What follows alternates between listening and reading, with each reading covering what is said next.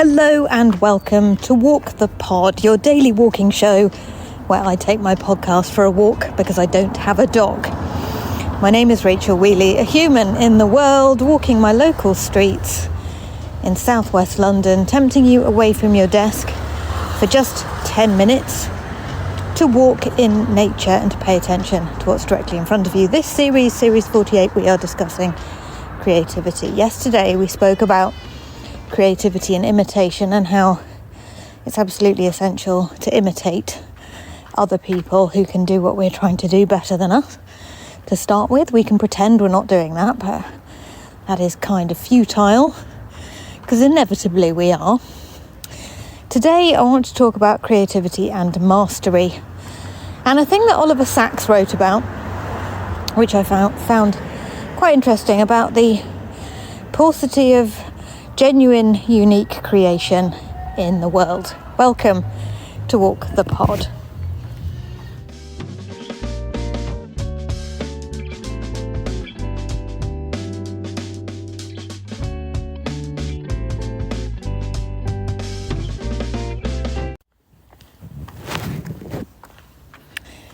So, having talked about perfectionism for a couple of episodes and imitation, we now turn to creativity and mastery. What might happen if we put our 10,000 hours in, if we learn the correct form of the poetry or the art that we're trying to create?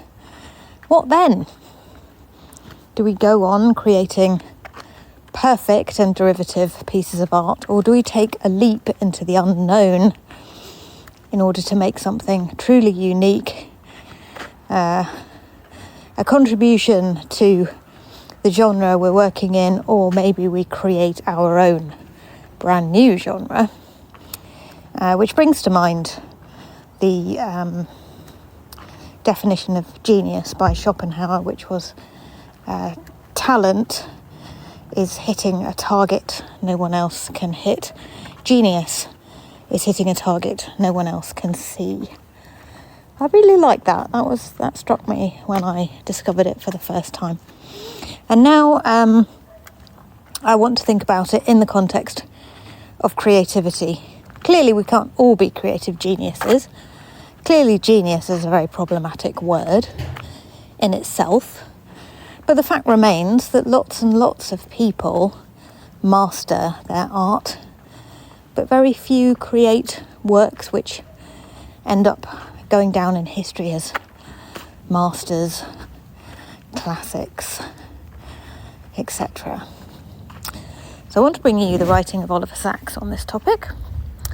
Oliver Sacks wrote, "Why is it that of every 100 gifted young musicians who study at Juilliard, or every 100 brilliant young scientists who go to work in major labs under illustrious mentors, only a handful will write memorable musical compositions or make scientific discoveries of major importance?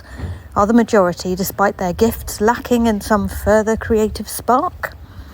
Are they missing characteristics other than creativity that may be essential for creative achievement, such as boldness, confidence, independence of mind?" And he goes on to say it takes a special energy over and above one's creative potential, a special audacity or subversiveness to strike out in a new direction once one is settled. It is a gamble, as all creative projects must be, for the new direction may not turn out to be productive at all. Now, very interesting.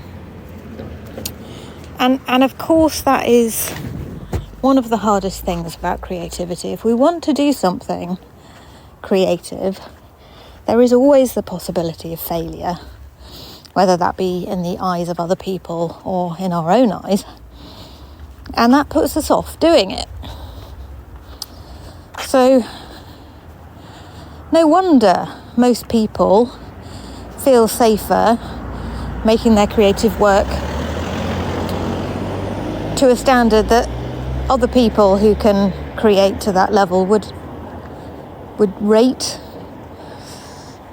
and would say was excellent, and they're not prepared to launch out in a brand new direction that might not work, because after all, if you launch out in a brand new direction that might not work, you've got no peer group to say whether it's any good or not.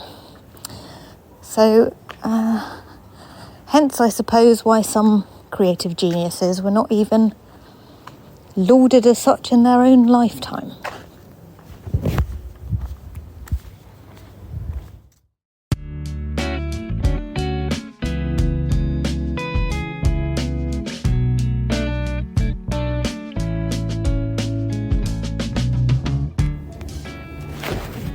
What can I see directly in front of me? Well, I've paused outside a house which is always very, very beautiful.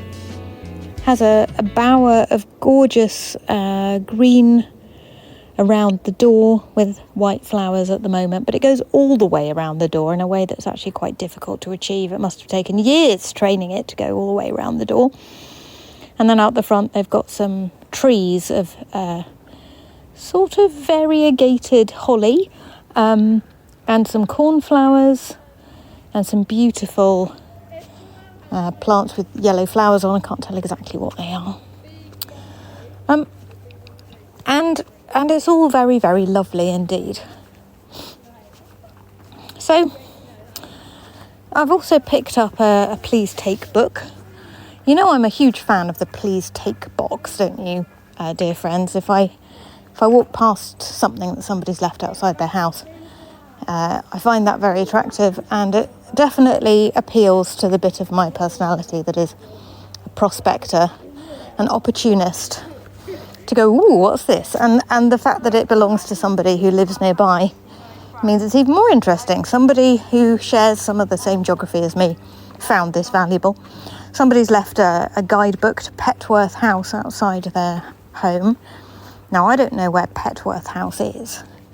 Looks like it's a National Trust property, but I'll have to read the guidebook to find out more. So that's what I'm clutching in my greedy little mitts as I'm walking along, and it's the most beautiful day in the world. It's not actually completely blue skies. It's not a cloud in the sky kind of beautiful, but it's beautiful mostly because it's been raining for the last few days, and so any kind of clear day and warmth is welcome.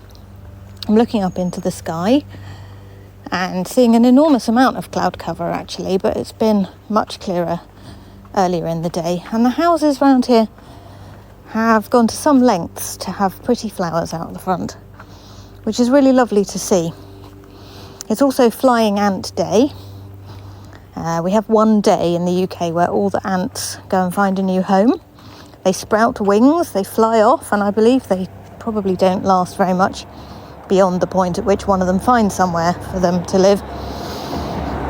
And Sam's been out the front of our house telling some kids off for stamping on them already today, so we're embracing Flying Ant Day. And I am, as you know, very keen on sort of putting in the calendar seasonal things that happen every year in the same way the Japanese do. They don't have 4 seasons. They have like 24 mini seasons, all of which have special things that are happening in nature. And they know what they all are. And I would love to do that on my wall planner at home. Just to say, well, around this time of year it's Flying Ant Day. Around this other time of year the magnolias are flowering. Around this other time of year you can see hydrangeas in bloom and so on. So, yeah, it's a nice thing to follow the seasons and the micro seasons.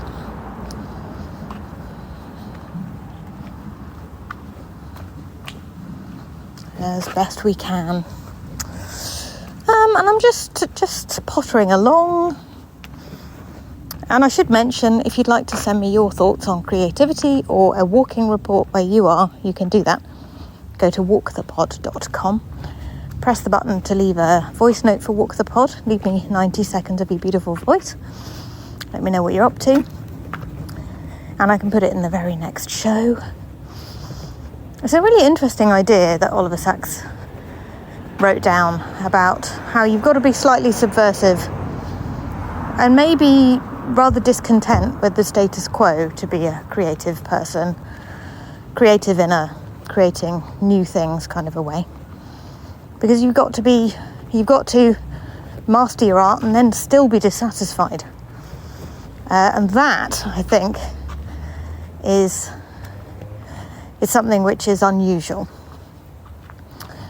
Think about David Bowie, for example, who arguably was creating really unique stuff already and still, was still dissatisfied with his own work, so that he wasn't prepared to put the same stuff out over and over again, is what I mean. He reinvented himself every so often. And that's, I think, maybe why the queer community is particularly creative, because we have to reinvent ourselves regularly for various reasons. David Bowie, of course, was part of the queer community, a bisexual man. Not sure whether he would have considered himself in the category of a trans person, but possibly would have these days, I don't know, or non-binary maybe. Anyway, so there's another please take bag next to somebody's front here. I'm finding it very interesting having an opportunity to look into creativity, because what usually happens with these series is I think I know what I'm going to talk about and what we're thinking about, and then I find new avenues that I wasn't aware of. So the subversive quality of creativity is something that's quite new to me. I hadn't really thought of that before I read the Oliver Sacks piece I just read out to you. So I'm very grateful to you for the opportunity to have a think about it for 10 minutes a day.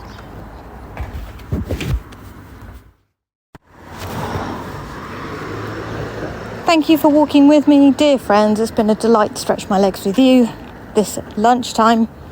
And apologies that this lunchtime is a bit later than usual today. And I'm stepping over flying ants as I go. And also a huge number of non-flying ants as well. So I don't know whether they're all coming out of the ground and moving house, or quite how that works. But certainly an enormous amount of ant activity going on today. Take care of your beautiful mind, yourselves and each other, and I'll be back with our first Friday episode of the series tomorrow.